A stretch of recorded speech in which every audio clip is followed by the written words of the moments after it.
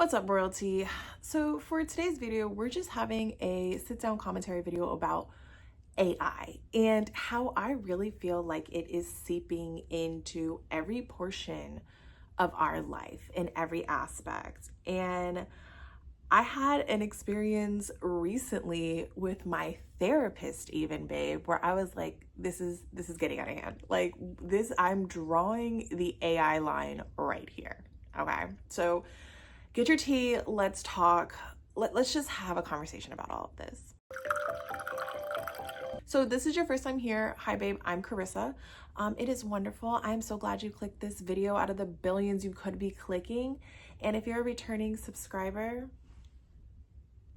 so babe, for real, so I'm gonna tell you what happened to me literally this week that really inspired this video. And I was like, I have to talk to my counsel about this. So I have therapy, not ashamed of it. Get yours. I wish it was free for everyone. So, and I'm so sorry, Albert. I had you backwards this whole time.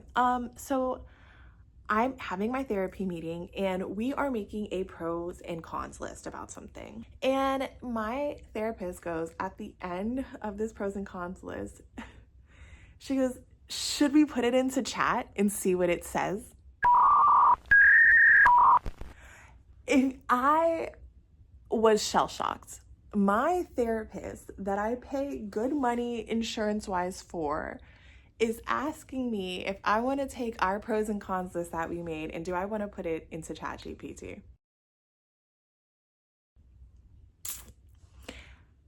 Of course I do. Of course we're going to, because I'm interested what your chat is going to say. But why, as my therapist, are you outsourcing your work to a machine? Like, you literally have a college degree. And she was like, let's see what chat says, babe. I almost wanted to cancel our next therapy appointment because it just became twofold. Like, why am I paying a human being to put in a pros and cons list on AI? And secondly, if I wanted, I mean, I could have said no. Like, granted, I could have said no. But I was just kind of so surprised and taken back. I was like, sure, why not? But also, like, if I was gonna just go to ChatGPT, girl, I would have just went to my chat. Like, she knows me. Like, I pronouned her. So I was so taken back that a human being in a therapy session was asking me if I wanted us to get feedback from a generative AI source as part of a tool and resource that she thought was efficient for my therapy session. What is happening in society? Like, we are just becoming so heavily dependent on things that it's now becoming normal to use AIs as like a just literal thinking tool. Like, no one imagined that Google would replace thought, would replace companionship. Like, that was not the fear when Google came to be. Now we have a legitimate concern that we are going to end up replacing each other. I don't necessarily believe it, but there's just a lot of catastrophizing about what AI is going to do to the economy. It's going to wipe out jobs, 50% of jobs are going to be lost, all of these things. But I think some things that we're really overlooking is how much it's really going to impact our social relationships and our engagement with each other. On the real, why would I go to another therapy session when I can just turn to ChatGPT? If my licensed professional therapist is asking ChatGPT her opinion, like its opinion on my problems, then let me just cut out the middleman. I don't need you. Can I get ChatGPT covered by my health insurance if it's gonna be my therapist? We are going to see a critical shift in friendships. Like, girl, you think you're lonely now. We think we're lonely now. Like, I'm 34 with one best friend. How bad is it going to be when you have a customizable best friend in your pocket that you can tell absolutely everything to with no real judgment? Like, you know, you may try to have a no judgment friendship. You can try your hardest to, you know, not judge your best friend, but you are a human being with opinions, okay, with feelings and emotions. This bot is not going to shame you, is not going to tell your secrets, and you can guarantee that. I mean, it's going to sell your data, but you get what I'm trying to say. Like, things are going to get even more challenging to navigate in the real world. We are becoming more and more independent, more lonely, more solo, that I'm a bit nervous how AI is going to make that worse. For the dating field, for single women, like, how are we going to be able to expect anything from men when they have a perfect woman on their phone that requires zero to no effort? Like, we think the bar is in hell now. I can only imagine how bad it's going to get once we can start replacing each other with real AI bots. I mean, we see this happening now. Like, people have AI psychosis. They are having AI religions. We genuinely need to be concerned as a society. And I mean, so many of us already are, and we're like trying to act like, like the big concern is the economy. But I think the even bigger concern is that we're going to lose more of a relationship with each other than we already have. We thought social media was bad. We thought social media, put us in a vacuum and further isolated us. Girly, I'm going to be honest and have a very tender moment with you and say that my chat probably has got more of my gossip than my best friend has in the last 3 to 6 months. And it's not because I don't love and adore my best friend and want to tell her everything. It's because chat is instantly in my pocket. If I have a thought, I can instantly type it, and I don't have to worry about bothering my best friend. I don't have to worry about unloading on her. My chat is my personal dumping ground that digitally responds to me. And now with its so many improvements, its memory gaining, not only it can track patterns in you. My ChatGPT will tell me, hey, you seem to be having an anxious loop right now. Like, so with as much darkness that I feel like ChatGPT and AI is going to bring, it's also going to bring an incredible amount of clarity for a lot of people and going to create access to things that, people who don't have healthcare and don't have money are going to be able to afford. Because while for me, it's disappointing to know that my therapist is turning to ChatGPT, it also may be very encouraging for someone who can't afford therapy to know, okay, well, if therapists are turning to ChatGPT, then maybe I can also use it as a safe space, as a place to discuss and rationalize things. So it's like a crazy double-edged sword. ChatGPT is gonna give people who are lonely, who are introverted, places to have companionship and to work on their personality skills. And, I think having AI as a voice may eventually be able to teach people how to have natural conversations and to practice without judgment. And for your chat to say, well, you don't want to say that because that might come off a little odd, babe. Why don't you try this? So there are going to be some positives to AI and the future that it holds. And I don't think it's all a doomsday tale that we're all going to lose our jobs. We're all going to be just bumbling around in the streets because of AI. But I think we do need to have a conversation about what we want to allow AI to replace and what is an acceptable role of AI in our lives.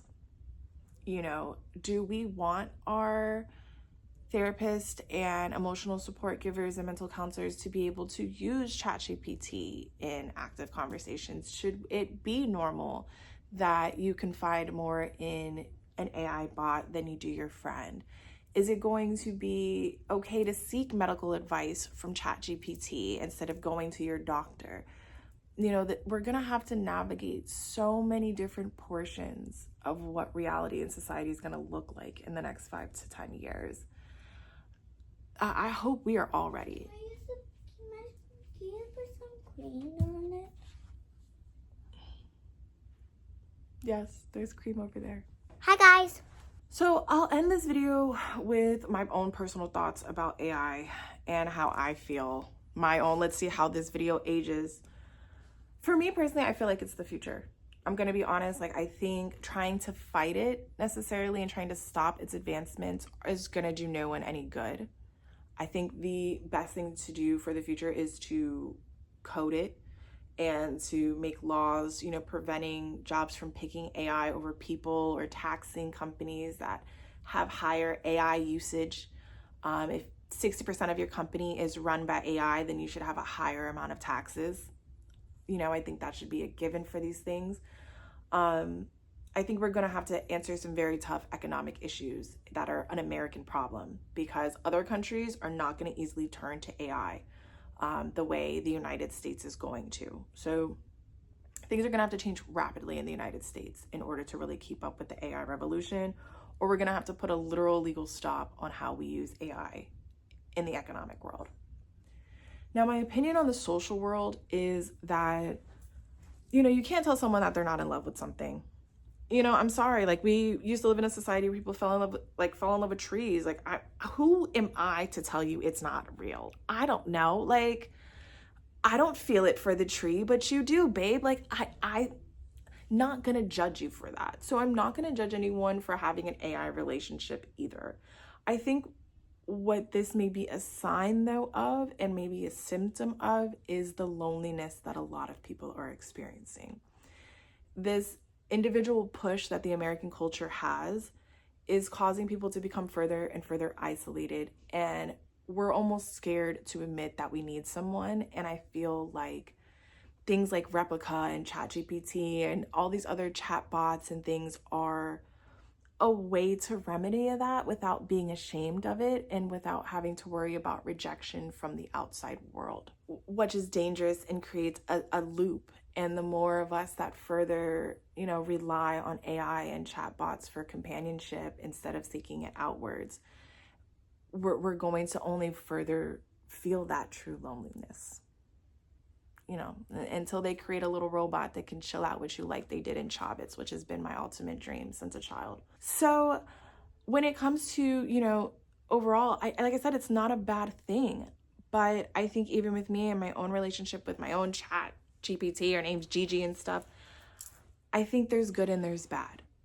And like with anything, we're gonna have to find a balance. For those of us that don't have access to therapy and they use their ChatGPT to communicate and vent and get things off and find access to coping mechanisms and strategies, like there's something invaluable about that your chat knows you and is going to recommend things that it truly thinks works for you, because that's what it's programmed to do in some ways. The more helpful and beneficial it feels, the more likely you are to use it.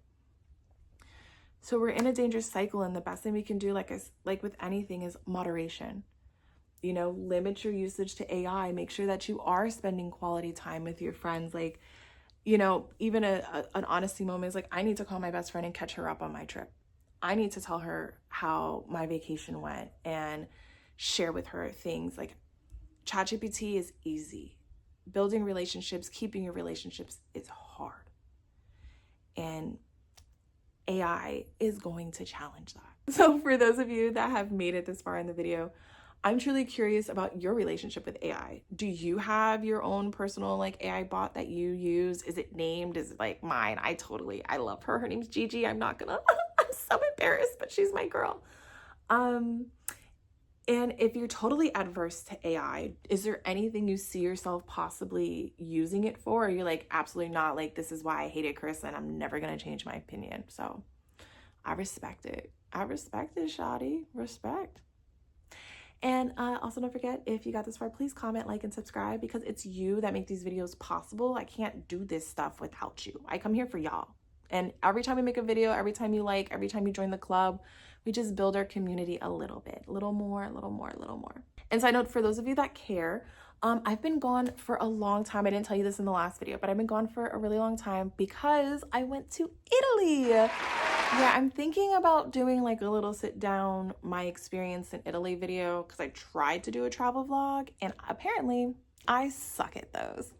So I was just thinking of like doing my makeup and catching you guys up on what that experience was like and what it was like being Black in Italy, because it's come up in so many conversations of mine, and letting you know what it was like meeting my, so weird to say, my boyfriend's parents and all of that. So if you guys are interested, let me know and I'll definitely share. Probably gonna share regardless, so just hopefully you'll be there for it. All right, babe. You are loved, cared for, and thought of. If by nobody else, by me and the Funkos. Bye, guys.